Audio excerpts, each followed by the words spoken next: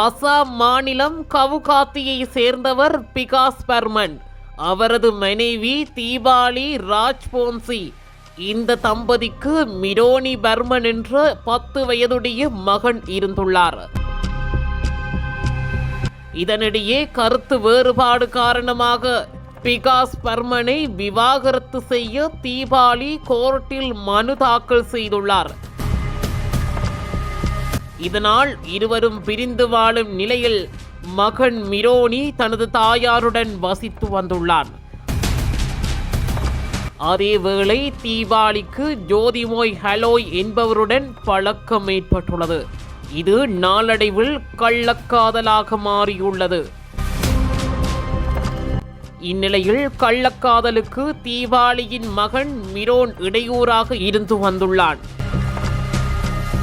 இதனால் ஆத்திரமடைந்த தீபாவளி தனது கள்ளக்காதலன் ஜோதிமோய் ஹலோயுடன் சேர்ந்து மகன் மிரோனை கொல்ல திட்டமிட்டுள்ளார். அதன்படி கடந்த சனிக்கிழமை இரவு மகன் மிரோனை கள்ளக்காதலுடன் சேர்ந்து ஜோதிமோய் கொடூரமாக கொலை செய்துள்ளார். பின்னர் மகனின் உடலை சூட்கேஸில் அடைத்து அருகே உள்ள குப்பை கிடங்கில் வீசியுள்ளார். ஆனால் நேற்று அப்பகுதியைச் சேர்ந்த நபரொருவர் குப்பை கிடங்கில் குப்பை சேகரிக்க சென்றுள்ளார். அங்கு அப்போது சூட்கேஸ் கிடந்ததை பார்த்து அந்த நபர் அதை திறந்து பார்த்துள்ளார். அதில் சிறுவன் பிணமாக கிடந்ததை கண்டு அதிர்ச்சி அடைந்தார். இது குறித்து உடனடியாக போலீசாருக்கு தகவல் கொடுக்கப்பட்டது. தகவல் அறிந்து விரைந்து வந்த போலீசார் விசாரணையை தீவிரப்படுத்தினர்.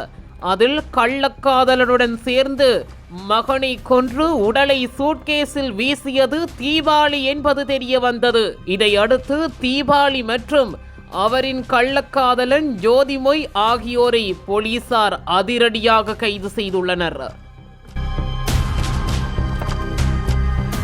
இதுபோன்ற செய்திகளை உடனுக்குடன் அறிந்து கொள்ள தமிழ் பிளஸ் யூடியூப் சேனலை மறக்காம சப்ஸ்கிரைப் பண்ணுங்க, கமெண்ட் பண்ணுங்க, ஷேர் பண்ணுங்க.